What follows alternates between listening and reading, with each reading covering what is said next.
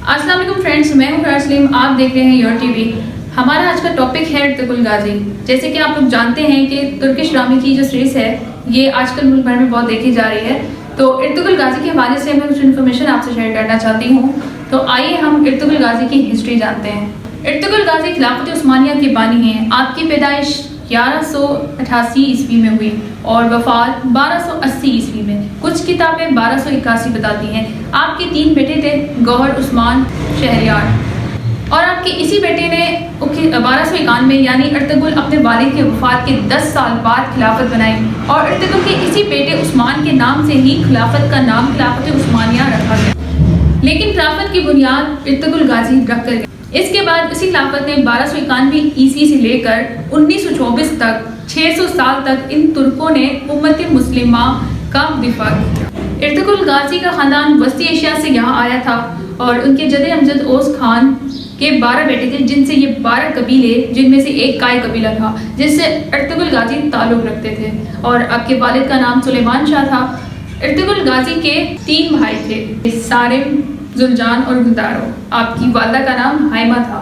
आपका कबीला सबसे पहले वस्त एशिया से ईरान, फिर ईरान से अनातोलिया आया था। मंगोलों की गिरफ्तार से बचने के लिए जहां सुल्तान अलाउद्दीन, जो सल्जूक सल्तनत के सुल्तान, और ये सल्जूक तर्क सुल्तनत सुल्तान अलग उर्सलान ने कायम की थी। इसी सुल्तान अलाउद्दीन के साए तले ये 12 कबीले औस खान रहते थे और काय कबीला के सरबराह इर्तुगरुल गाजी बने। अपने वालिद सुलेमान शाह की वफात के बाद सबसे पहले आलत आए, फिर आलत से हल गए। 1232 जहां सुल्तान सलाहुद्दीन अयूबी के होते अल अजीज की हुकूमत थी। सबसे पहले इर्तुगरुल गाजी ने अल अजीज से दोस्ती की, फिर सुल्तान अलाउद्दीन की भांजी हलीमा सुल्तान से शादी, जिससे आपके 3 बेटे हुए। आपने अयूबियों और सल्जूकियों की दोस्ती करवाई, सलीबों के एक मजबूत किले को फतह किया जो हल्ब के करीब था।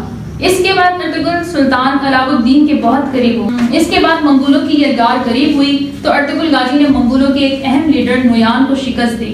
नोयान मंगोल बादशाह उगताई खान का राइट हैंड था।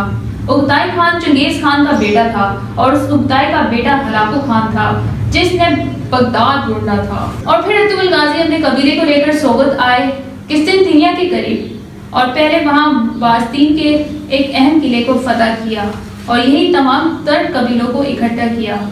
सुल्तान अलाउद्दीन के वफात के बाद इर्तुगरुल गाजी सुल्तान बन गए सल्जूक रियासत के और उसकी नस्ल से जाकर सुल्तान मोहम्मद फातिह, जिसने 1453 में जाके किस्तिनतिनिया फतह किया था और इसी पे हुजूर सल्लल्लाहु अलैहि वसल्लम की वेजगोई पूरी हुई है।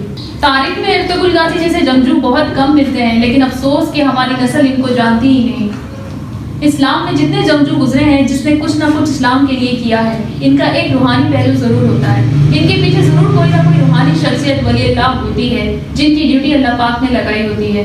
वो शेख मुईउद्दीन इब्नुल अरबी रहमतुल्लाह थे जो इंदलिस से इर्तुगरुल गाजी की रूहानी मदद को पहुंचे। हुजूर सल्लल्लाहु अलैहि वसल्लम की हदीस शरीफ में है कि मोमिन की फिरासत से डरो कि वो अल्लाह के नूर से देखता है। ये कोई जज्बाती या मुबालिगा राय नहीं है, ये सब वही समझ सकता है जिसको ये रूहानियत का नूर मिला हो, और जिसको ये नूर नहीं हासिल वो अंधा है, इससे कुछ नहीं समझ आएगा। जैसे कि लिबरल स्कॉलर। अल्लाह ताला इर्तुगरुल गाजी के जन्नत में हज़ारों दर्जात बुलंद करें और उन पर अपनी हज़ारों रहमत फरमाएं। आमीन। गाइस, मज़ीद इस तरह की इन्फॉर्मेटिव वीडियोस के लिए हमारे चैनल को सब्सक्राइब करें, लाइक करें और बेल आइकन के बटन को क्लिक करें ताकि मज़ीद आपको वीडियोस की अपडेट मिलती रहे। और अपनी होस्ट सलीम को इजाज़त दीजिए। अल्लाह हाफिज़।